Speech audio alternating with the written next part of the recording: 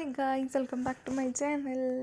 അപ്പോൾ രാവിലെ ഞാൻ എണീറ്റ് നോക്കിയപ്പോൾ ഒരാൾ എന്നെക്കാളും നേരത്തെ എണീറ്റിട്ട് അവിടെ കളികൾ തുടങ്ങിയിട്ടുണ്ട്.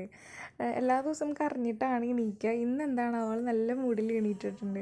അപ്പോൾ ഞാൻ നോക്കിയപ്പോൾ രാവിലെ എന്നെ നോക്കി ഭയങ്കര ചിരി. അപ്പോൾ ഞാൻ വെച്ചു എന്താണ് അപ്പോൾ പതിവ് തെറ്റിച്ച് ഇന്ന് ഭയങ്കര ചിരിക്കുന്നുണ്ട്. അപ്പോൾ ഞാൻ എന്തായാലും അതൊന്ന് വീഡിയോ എടുത്ത് വയ്ക്കാമെന്ന് വിചാരിച്ചു. അങ്ങനെ ഞാൻ രാവിലെ എണീറ്റ് വരുന്ന കോലമാണിത്. ഡെലിവറി കഴിഞ്ഞാൽ എല്ലാ അമ്മമാരും ഏകദേശം ഇങ്ങനെ തന്നെയാവും. അല്ലാതെ ലിപ്സ്റ്റിക്കും കണ്ണെഴുതി മുടിയൊക്കെ സ്ട്രൈറ്റ് ചെയ്ത് വരാൻ നമ്മൾ സിനിമയിലെ ആൾക്കാരൊന്നുമല്ലല്ലോ.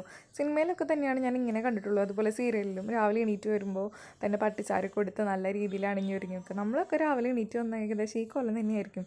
നിങ്ങളും ഏകദേശം ഇങ്ങനെ തന്നെയാവുമെന്നാണ് എൻ്റെ ഒരു വിശ്വാസം. അല്ല, രാവിലെ തന്നെ മേക്കപ്പ് ഇട്ട് എണീറ്റ് വരുന്നവരുണ്ടോ എന്ന് എനിക്കറിയില്ല.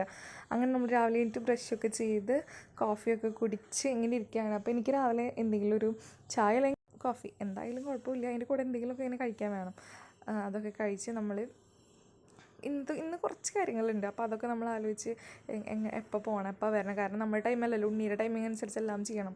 അപ്പോൾ അതിൻ്റെ കാര്യമൊക്കെ ആലോചിച്ച് അതിൻ്റെ ഇടയിൽ കൂടെ നമ്മൾ ചായ കുടിക്കുന്നുണ്ട്, പേപ്പർ വായിക്കുന്നുണ്ട്. അപ്പം നിങ്ങൾ വിചാരിക്കും പേപ്പർ വായിക്കാൻ എൻ്റെ അമ്മ രാവിലെയൊക്കെ എനിക്ക് പേപ്പർ വായിക്കുമെന്ന്. സത്യത്തിൽ പേപ്പർ വായിക്കേണ്ടതല്ല, അതിനുള്ളിൽ കുറച്ച് പടങ്ങളുണ്ട്, ഫോട്ടോസ്. അത് കാണാൻ വേണ്ടിയിട്ടാണ് ഞാൻ ഈ മറിച്ച് നോക്കുന്നത്. ചിലപ്പോൾ വല്ല ഹൈപ്പർ മാർക്കറ്റിനൊക്കെ ആഡുകൾ ഇട്ടിട്ടുണ്ടായിരിക്കും. അപ്പോൾ അതിൻ്റെ വിലയൊക്കെ നിൽക്കുമ്പോൾ അങ്ങനെ ഉദ്ദേശമൊന്നുമില്ല, വെറുതെ നോക്കാനായിട്ട്. അതേപോലെ ഇന്ന് ഫോട്ടോസ് മെയിനായിട്ട്, അതാണ് എൻ്റെ കാര്യം. അപ്പോൾ ഇന്ന് കുറച്ച് കാര്യങ്ങളുണ്ട്. അപ്പോൾ അതിനായിട്ട് വന്നേക്കാണ്. ആദ്യമായിട്ട് വന്നത്, ഇപ്പം ഞാൻ ഇരിക്കുന്ന സ്ഥലം നമ്മുടെ തൃശ്ശൂരുള്ള ഒരു ഹോട്ടലാണ്. ആ ഹോട്ടലിൽ എത്ര പേര് പോയിട്ടുണ്ടെന്ന് എനിക്കറിയില്ല. ഞാൻ ഫസ്റ്റ് ടൈമാണ് പോകുന്നത്. ആ ഹോട്ടലിൽ ഞാൻ ഡെലിവറി ആയിട്ട് കിടക്കുന്ന ആ ടൈമിൽ, അതായത് ഹോസ്പിറ്റലിൽ 5 ദിവസം കിടന്നിട്ടുണ്ടായിരുന്നു. ആ 5 ദിവസവും ഞാൻ ഇവിടെ നിന്നാണ് ഫുഡ് പാഴ്സൽ വാങ്ങിച്ചിട്ടാണ് കഴിച്ചിട്ടുള്ളത്, ഈ ഹോട്ടലിൽ നിന്ന്. അത്ര വലിയ ഹോട്ടലൊന്നുമല്ല, അതായത് നിങ്ങൾ ഉദ്ദേശിക്കുന്ന രീതിയിലുള്ള ആംബിയൻസോ കാര്യങ്ങളോ ഒന്നുമില്ല. ഇത് തൃശ്ശൂരുള്ള നളന്ദ ഹോട്ടൽ എന്ന് പറയും. നിങ്ങൾ എത്ര പേര് പോയി കഴിച്ചിട്ടുണ്ടെന്ന് എനിക്കറിയില്ല. ഞാൻ ഫസ്റ്റ് ടൈമാണ്. ഞാൻ പറഞ്ഞില്ലേ, ഹോസ്പിറ്റലിലായിരിക്കും ഇവിടെ നിന്ന് തന്നെയായിരുന്നു ഫുഡ് കഴിച്ചിട്ടുണ്ടായിരുന്നു. അപ്പോൾ എന്തായാലും അവിടെ പോയിരുന്നൊന്ന് എക്സ്പീരിയൻസ് ചെയ്യാമെന്ന് വിചാരിച്ചു. അങ്ങനെ ഞങ്ങൾ പോയിരുന്നാണ്. കുഞ്ഞൊരു വഴിയാണ് ഹോട്ടലിലോട്ട് കയറാനായിട്ടുള്ളത്. ഏതോ അധോലോകത്തിൻ്റെ ഉള്ളിൽ കയറുന്ന പോലത്തെ ഒരു വഴിയാണ്. അതിന് വഴി കയറിയിട്ട് മുകളിൽ സ്റ്റെപ്പുണ്ട്. ആ സ്റ്റെപ്പുകളൊക്കെ കയറി മുകളിലെത്തുമ്പോൾ ഒരു ടോക്കൺ തരും, പൈസ കൊടുത്ത്. 70 രൂപയാണ് ഊണിന്. 70 രൂപ കൊടുത്തു കഴിഞ്ഞാൽ ഒരു ടോക്കൺ കിട്ടും ഒരാൾക്ക്. ആ ടോക്കൺ ഒരു കോയിൻ വലിപ്പത്തിലുള്ളത്. ആ കോയിൻ കൊണ്ടിട്ട് നമ്മൾ നമ്മുടെ സീറ്റിൽ പോയിരിക്കുക. സീറ്റിൽ പോയിരിക്കുമ്പോൾ അവർ ഇല ഇടുമ്പോൾ ആ ടോക്കൺ കൊടുക്കുക. ഊണിന് മാത്രമേ ടോക്കണുള്ളൂ അവിടെ, ബാക്കിയുള്ളതിനൊന്നും ടോക്കണില്ല.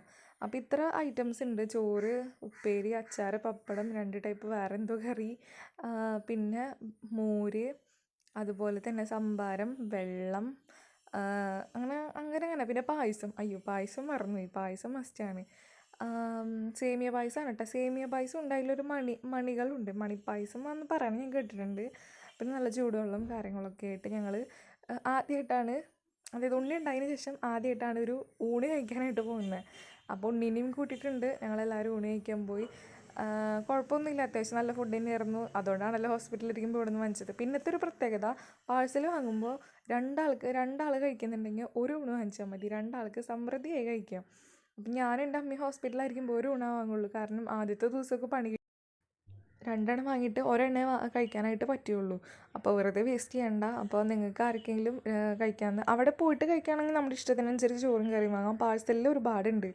അപ്പോൾ ഞങ്ങൾ വിചാരിച്ചു ഇനി എന്തായാലും അവിടെ പോയിട്ട് കഴിക്കേണ്ട, പാഴ്സൽ വാങ്ങി. കാരണം അതിലാണല്ലോ കൂടുതൽ ഐറ്റംസ്. പിന്നെ ഇവിടുത്തെ ഒരു പ്രത്യേകത എന്ന് വെച്ച് കഴിഞ്ഞാൽ, ഊണ് കഴിച്ച ഇല നമ്മൾ തന്നെ എടുക്കണം, അവർ എടുത്തുകൊണ്ട് പോവില്ല. നമ്മൾ തന്നെ ഇല എടുത്തിട്ട് ഡസ്റ്റ്ബിന്നിലിട്ടിട്ട് കൈ കഴുകിയിട്ട് പോരണം. അപ്പോൾ ഞങ്ങൾ ഊണൊക്കെ കഴിച്ച് കഴിഞ്ഞിട്ട്, ഇപ്പം നിങ്ങൾ വിചാരിക്കുന്നുണ്ടാവും തംബ്നെയിൽ കണ്ടതല്ലല്ലോ വീഡിയോയിൽ കണ്ടതെന്ന്. അത് വരാൻ പോകുന്നുള്ളൂ. ഫുഡൊക്കെ കഴിച്ച് വന്ന് വയറൊക്കെ നല്ല ഡമ്പായിട്ടുണ്ട്, ഇതിനൊരു സുഖമില്ല. അപ്പോൾ തുടക്കത്തിൽ തംബ്നെയിൽ കണ്ട കാര്യത്തിലോട്ടാണ് പോകുന്നത്. ഒരു കട തുടങ്ങാനുള്ള പരിപാടിയിലാണ് ഞങ്ങൾ. ആ കടയിലോട്ടുള്ള സ്റ്റോക്ക് ഇതാ ഈ റൂമിലാണ് ഇരിക്കുന്നത്. ഈ റൂം തുറന്നാൽ നിങ്ങൾക്ക് കാണാം. ഇതാണ് ഞങ്ങളുടെ കടയിലോട്ടുള്ള സ്റ്റോക്ക്. ആ അനങ്ങാതെ കിടക്കുന്നതൊക്കെയാണ് സ്റ്റോക്ക്. ആ അനങ്ങി കിടക്കുന്നത് സ്റ്റോക്കല്ല കേട്ടോ, അത് നിങ്ങൾക്ക് ആർക്കും തരുന്നതല്ല, ഞങ്ങളുടെ മാത്രമാണ്. ഈ ചുറ്റും കിടക്കുന്നതാണ് ഞങ്ങളുടെ സ്റ്റോക്ക്. കാരണം ഇനി വീട്ടിൽ വയ്ക്കാൻ സ്ഥലമില്ല. ഞങ്ങൾ വേറെ ഷെൽഫൊക്കെ പണിയാനായിട്ടുള്ള പ്ലാനിലാണ്. ഉണ്ണിയുടെ മാമോദീസ ജനിച്ചിട്ട് 35ാമത്തെ ദിവസമായിരുന്നു. അന്നാണ് ഞങ്ങൾ ഈ പുറത്ത് പോയതും കാര്യങ്ങളൊക്കെ.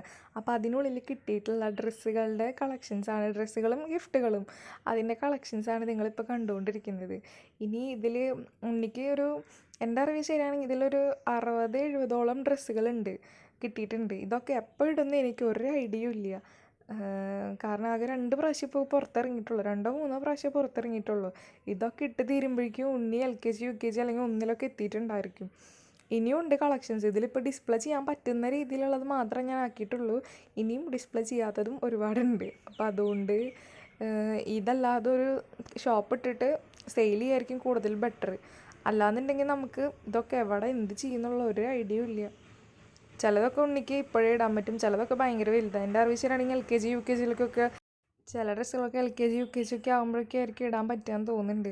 അപ്പം എന്തായാലും എല്ലാ ഡ്രസ്സുകളും ഒരുവിധം അല്ലാതെ ആയിട്ടുണ്ട് ഉണ്ണിക്ക്. ഇനി ഇതൊക്കെ എവിടെ വയ്ക്കുന്നത് എനിക്കൊരു ഐഡിയ ഇല്ല. ഡ്രസ്സ് കിട്ടിയതിൻ്റെ സന്തോഷത്തിലാണെന്ന് തോന്നുന്നുണ്ട്. ആൾ ഭയങ്കര തമാശയും ചിരിയും കളിയും കാര്യങ്ങളൊക്കെ. ഇടയിൽ കൂടെ ആൾക്ക് ഉറക്കവും വരുന്നുണ്ട് നൈസായിട്ട്. പക്ഷേ ഇന്ന് അത്ര വലിയ വാശിയും കളിയും അങ്ങനത്തെ ഒന്നുമില്ല. നല്ല കുട്ടിയായിട്ട് അടങ്ങി ഒതുങ്ങി കിടക്കുന്നുണ്ട്. ഡ്രസ്സൊക്കെ ഇത്ര അധികം കാണിച്ചു കൊടുത്തതുകൊണ്ടായിരിക്കും. എൻ്റെ അല്ല മോള്, പിന്നെ പറഞ്ഞിട്ട് കാര്യമില്ലല്ലോ. ഞാൻ ഭയങ്കര ഡ്രസ്സ് ഭ്രാന്തത്തിയാണ്. എനിക്ക് എത്ര ഡ്രസ്സ് കിട്ടിയാലും മതിയാവില്ല. ഒരു 8 ഡ്രസ്സ് എടുത്ത് വന്നാലും 9ാമത്തെ കടയിൽ കയറി ഞാൻ ഡ്രസ്സ് എടുക്കും. അപ്പോൾ അതുകൊണ്ട് ഞങ്ങളൊരു കട തുടങ്ങാനുള്ള ഒരു പ്ലാനിങ്ങിലാണ്. അല്ല ഉണ്ണിയെ? അപ്പോൾ ഇന്നത്തെ വീഡിയോ ഇത്രയേ ഉള്ളൂ. Thank you for watching.